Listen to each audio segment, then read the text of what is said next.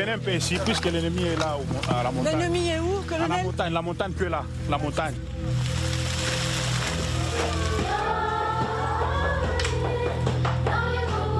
Tu as déjà tué quelqu'un? Oui. Tu étais obligé de tuer? Oui. Il vient dans un village, il coupe les gens à machette. On n'envahit pas. Nous revenons chez nous. On ne comprend pas pourquoi chaque fois quand il y a la guerre, la première chose à faire, c'est de violer les femmes. Il y a peu d'endroits pires au monde. Nous nous rendons à l'est de la République démocratique du Congo, à la frontière avec le Rwanda. La violence atteint ici des niveaux inégalés. Ici, on égorge, on viole, on massacre des civils, d'abord pour ça. Un trésor. Des mines d'or, de diamants, de cobalt et surtout de coltan.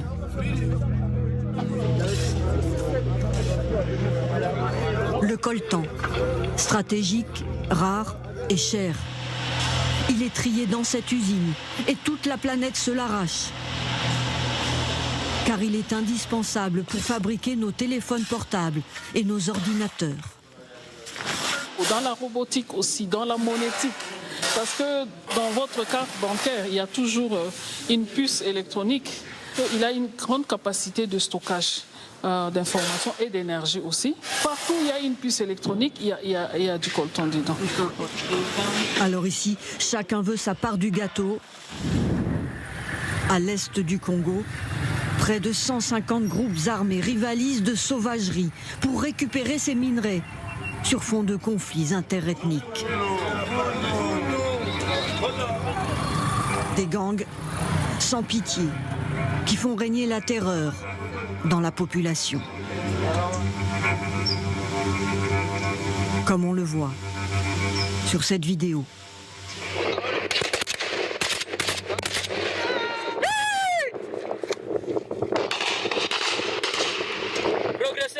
Progressez. Il faut attacher. Des miliciens attaquent ce village pour le piller, le saccager.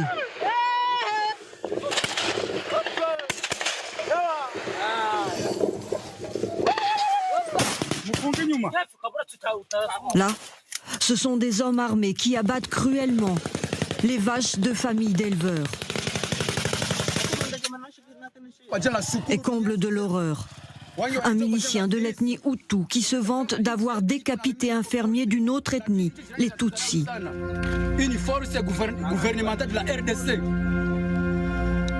Une guerre lointaine, sanglante, qui déchire tout l'est du Congo. Là, on arrive dans la province de l'Ituri. On est venu avec un petit avion des Nations Unies parce que pour arriver ici, la route est impraticable et trop dangereuse. Ici, on est dans une région où il y a eu beaucoup de massacres récemment à l'intérieur de villages. À Bunia, nous franchissons le dernier checkpoint. Après, la zone est rouge. Nous prenons la route qu'on appelle ici la route des massacres. Les organisations humanitaires ne viennent plus dans cette zone. Nous venons de passer là où il y a chaque fois des embuscades créées par les groupes armés. Ils entrent dans les villages, ils massacrent, ils pillent, ils incendient des maisons. C'est une zone très dangereuse. Oui. Comme nous sommes ensemble avec vous ici, bon, c'est Dieu seul qu'on est. Hein? Si nous pouvons, on ne sait pas ce qui peut arriver. Ce que nous allons découvrir ici dépasse ce que nous avions imaginé. Dans un champ, des croix alignées. Des visages plongés dans la douleur. Ces habitants appartiennent à une communauté d'éleveurs de bovins, persécutés régulièrement par un groupe armé féroce. Léonard évoque des disputes de territoire, des vengeances tribales. Il nous explique qu'il y a 3 mois, des miliciens enragés sont venus pour capturer 15 villageois. Ils ont arrêté, ligoté avec des moustiquaires. Vous connaissez les moustiquaires? Oui. Et puis les amener dans la fosse vivant. Ils ont été enterrés, ensevelis vivants, en état vivant là-bas, là où ils ont été arrêtés. Les militaires n'ont rien pu faire. Les militaires n'ont rien fait. Ils sont morts à 20 mètres. Mais pourquoi ils n'ont rien fait? Vous vous sentez abandonné? Abandonné catégoriquement. Et donc là, vous venez presque tous les jours? Oui. Nous marchons avec ces habitants vers leurs maisons, attaquées, pillées, brûlées par des miliciens impitoyables. Récit insoutenable. Cette maison a été brûlée et incendiée et 3 personnes ont été décapitées. Sur le sentier, Jeannette marche, la peur au ventre, avec son chargement de bois et de bananes. Ils sont venus, ils nous ont chassés, ils ont tué les hommes. Toute la famille a été tuée dans cette maison. Il n'y a que 2 enfants qui sont restés en vie. Comment ils ont tué les gens? À l'aide de la machette. Oui. Découpés comme ça. Découpés, voilà. La machette, symbole de cette barbarie. Elle est partout ici, car c'est un outil indispensable pour avancer dans ces forêts tropicales. Les assaillants, ils sont juste là-haut sur la colline? Oui, la colline là-bas. Mais donc ils peuvent observer? Ils peuvent vous voir? Parfois, les gens qui partent au chat, ils les tuent directement.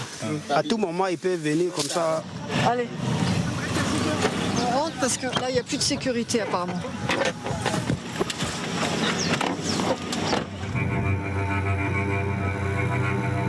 Qui sont ces groupes armés qui répandent la terreur dans les campagnes, quelquefois sans raison? Nous traversons le lac Kivu pour aller rencontrer un groupe dans son camp, retranché, là-haut sur une colline. Il a fallu de longues heures de discussion pour avoir leur accord. Y aller est déjà une aventure. Sur ces chemins boueux, un homme armé nous guide jusqu'à une crête. La position est là? Oui, la position est là. Tous les combattants sont là? Tous les combattants sont là. On y va? Oui, merci. Eric, chef de ces jeunes miliciens qui s'entraînent à l'abri des regards. Comme des militaires en mode commando. Il y a beaucoup de jeunes, très jeunes, qui viennent avec vous? Oui, bien sûr, il y a beaucoup de jeunes qui viennent avec vous volontairement. Il y a des jeunes aussi qui veulent défendre leur pays. Il y a des enfants aussi? Nous n'en veut pas des enfants, c'est sûr. Oui, nous n'en veut pas des enfants. Pourtant, certains visages paraissent juvéniles. Le groupe s'est installé tout à côté d'un village qu'il contrôle et qu'il taxe.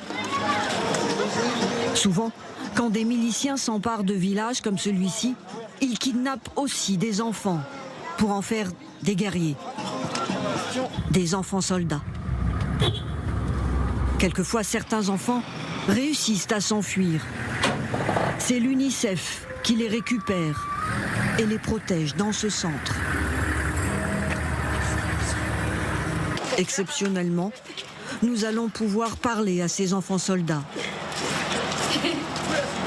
Kaserika a été kidnappé à 14 ans par un groupe armé. Ils m'ont pris de force dans mon village, m'ont emmené dans la brousse. Ils m'ont formé à me battre avec un fusil à K-47. Tu sais tirer avec la K-47? Oui. Tu as déjà tué quelqu'un? Oui. Tu étais obligé de tuer? Oui. Ça, c'est le docteur des garçons. Sur son lit, Isaac, 11 ans. Toute sa famille a été tuée dans son village et lui a été enrôlé à 9 ans dans un groupe armé.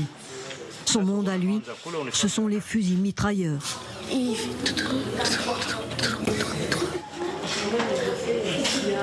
aussi, a dû obéir et tirer sur des adultes. Je ne veux plus jamais retourner dans un groupe. On doit tout le temps chercher l'ennemi, attaquer. C'est trop dur. On a des enfants qui peuvent arriver ici, qui vont mettre du temps avant de pouvoir s'ouvrir.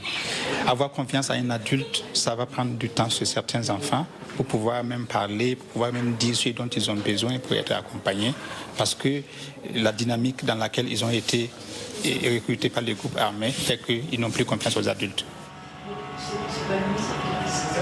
Les enfants, ils obéissent aux ordres, ils ne vont pas se plaindre. Et parfois, quand ils ont peur, il peut arriver qu'il y ait des substances qui leur sont données. De la drogue, par exemple? Oui, la drogue, par exemple.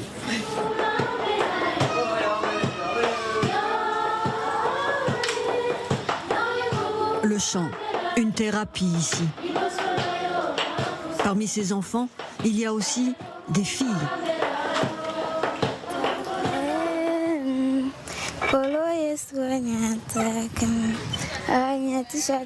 Gisèle. Ce matin, elle chante, elle aussi. C'est l'histoire d'une fillette de 14 ans, enlevée dans son village, devenue la bonne à tout faire de miliciens armés. Et comme si l'horreur ne suffisait pas, un jour, ils l'ont obligée à manier la machette pour les attaques. Pendant les attaques, je devais suivre mes chefs. Ils tiraient sur des personnes. C'était à moi de finir le travail sur les blessés. Je devais les découper en petits morceaux avec la machette. Et elle avoue, comme pour s'excuser, ils me mettaient sous l'emprise de la magie. Tu pouvais dire non, je refuse de prendre la machette et d'aller découper des personnes? Si tu refuses, on te tue. Tu n'as pas le choix. Tu es obligé d'exécuter ce qu'ils demandent. Gisèle ne se plaint pas. Elle essaie juste d'oublier ce passé douloureux en apprenant la couture au centre UNICEF. Mais comment oublier l'innommable? En sortant de l'atelier de couture, je remarque cette petite fille assise par terre, au regard curieux. Elle vit aussi dans ce centre. C'est le bébé de la guerre. Esther, sa jeune mère, était l'esclave sexuelle d'un groupe armé. Elle a accouché à 14 ans, dans de terribles souffrances. Je l'aime, mon bébé, malgré tout. Maintenant que tu es dans ce centre, tu te sens soulagée? Tu te sens mieux? Oui, je me sens bien ici. Avec mon bébé, c'est comme ma famille, le centre.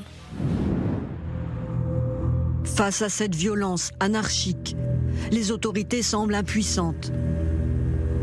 Nous voici dans la province voisine du Nord Kivu, à Goma. La ville est sous pression totale depuis plusieurs mois, car tout autour, c'est la guerre. Un gouverneur militaire commande le secteur. On va voir monsieur le gouverneur, hein? Oui. On va voir monsieur le gouverneur. Oui, oui. Il n'y a pas de problème. Merci, merci. Ce jour-là, le gouverneur militaire de Goma a convoqué tous les chefs de groupes armés de la région. Car désormais, ils sont les nouveaux alliés de l'armée congolaise. Alors le gouverneur leur demande de respecter les droits de l'homme. Sur le respect des droits de l'homme. Et il nous accorde un entretien dans les jardins de sa résidence. Bonjour monsieur le gouverneur. Merci pour l'entretien. Mais l'ambiance est tendue, car la ville de Goma est encerclée par un groupe de rebelles congolais puissants, soutenus par le Rwanda. Son nom, le M23. Goma est totalement encerclée parce que tous les artères sont coupées. La route qui mène vers Rutshuru est coupée. La route qui mène vers Bukavu est coupée. La route qui mène vers Walikale est coupée. Et la route qui mène vers Pinga est coupée. Et donc nous n'avons la voie de sortie que sur les lacs. Oui. Combien de temps vous pouvez tenir ainsi? Tout le temps que Dieu pourra nous donner la vie, parce qu'on est décidé de mourir dans la ville. Donc on y est et on y reste jusqu'à la dernière goutte de notre sang. Depuis cette rencontre à Goma, le gouverneur a été tué sur la ligne de front. Le front, à quelques petits kilomètres de Goma. Nous y allons, avec ces militaires congolais. Sur la route, nous croisons des mercenaires européens bien équipés, venus appuyer l'armée congolaise. Car l'armée est en difficulté sur le terrain. Elle manque d'équipement et de troupes professionnelles. Nous remarquons plusieurs jeunes recrues, très jeunes. Ce garçon est apparemment sous l'emprise du chanvre, la drogue locale. Ici, l'armée congolaise est régulièrement ciblée. Venez un peu ici, puisque l'ennemi est là, à la montagne. L'ennemi est où, colonel? À la montagne que là, la montagne.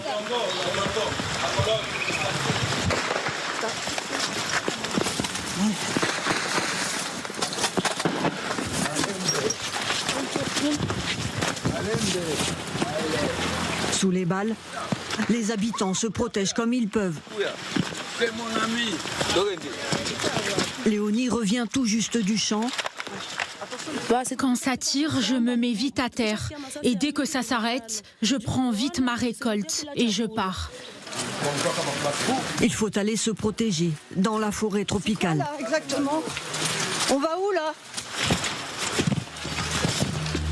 On est dans la brousse là, on est totalement dans la brousse là.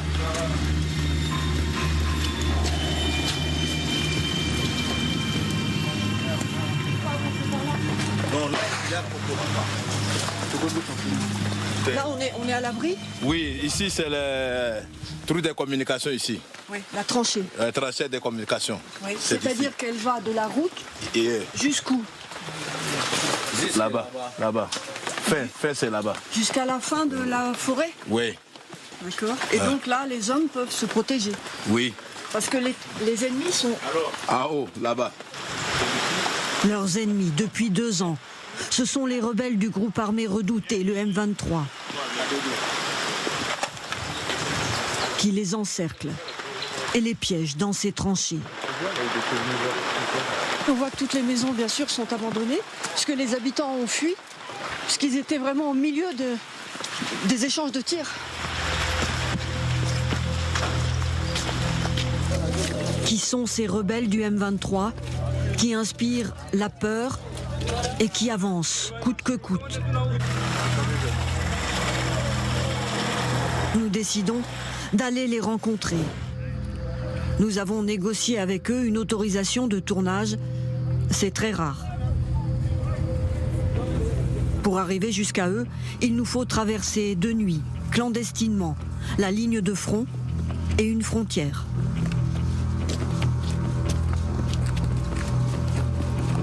Un passeur nous guide. Il faut être le plus discret possible. 2 heures de marche nocturne et nous arrivons dans la zone du M23. Les voici, ces rebelles Tutsis. Ils sont accusés d'exaction, mais ils démentent. Soutenus par le Rwanda voisin, ils occupent déjà de larges pans de territoire dans tout l'est du Congo, autour de Goma, la capitale de la province du Nord Kivu. Nous rencontrons leur chef. Il est constamment entouré de son escorte. Pour lui, le conflit actuel est la conséquence de la guerre au Rwanda, il y a 30 ans.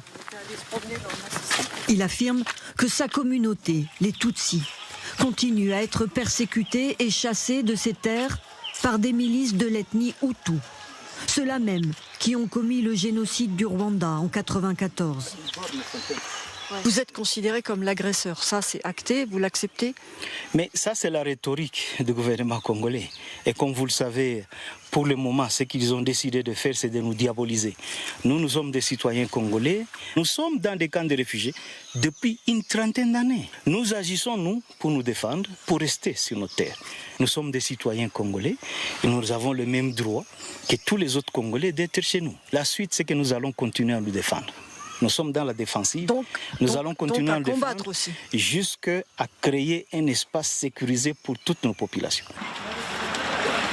Des rebelles Tutsis qui veulent nous montrer qu'ils ramènent la paix dans les villages conquis.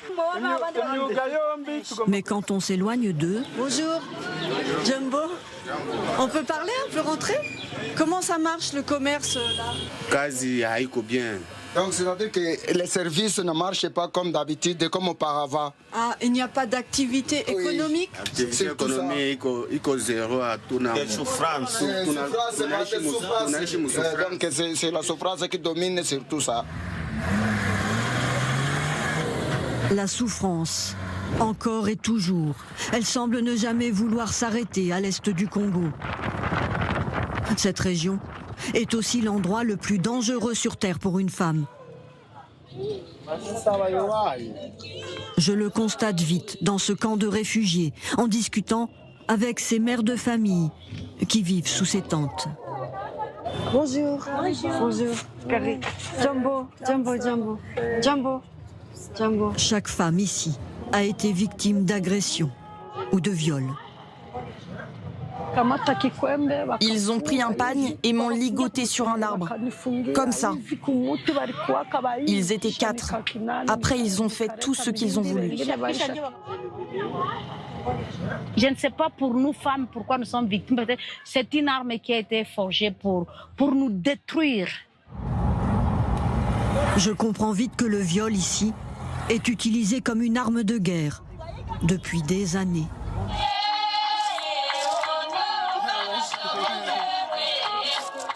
Alors les femmes restent le plus souvent possible regroupées. Anita, elle ne sort que très rarement de son abri. Elle a dû fuir son village. Lorsque les groupes armés sont venus pour combattre les rebelles, ils sont rentrés dans notre village, puis dans ma maison. Ils ont ligoté mon mari et m'ont violée devant mes enfants. Je me demande pourquoi c'est toujours nous les femmes qui sommes les victimes. On n'est pas des guerrières, on ne va pas sur la ligne de front. Mais depuis toujours, tout le temps, on subit les mêmes atrocités. Et les chiffres sont alarmants. Nous voici au centre de soins de Médecins sans frontières, où l'on s'occupe des victimes. Elles sont de plus en plus nombreuses. Sur 2023, nous, on a plus de 22 000 personnes victimes de violences sexuelles. Donc pour nous, c'est un chiffre qui est alarmant parce qu'on n'a jamais vu ça sur aucune de nos missions, sur aucun de nos projets. Et là, on est à 1500 cas par mois juste pour nos 3 sites. On n'a vraiment jamais vu ça. Ce qui est alarmant aussi, c'est la situation des déplacés qui ne s'améliore pas nécessairement parce qu'effectivement, il y a les besoins en eau, les besoins en abri, les besoins en latrine.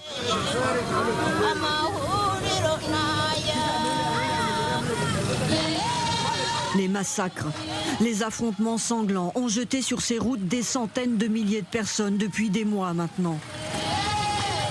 Elles s'entassent aujourd'hui dans ces camps de déplacés à perte de vue.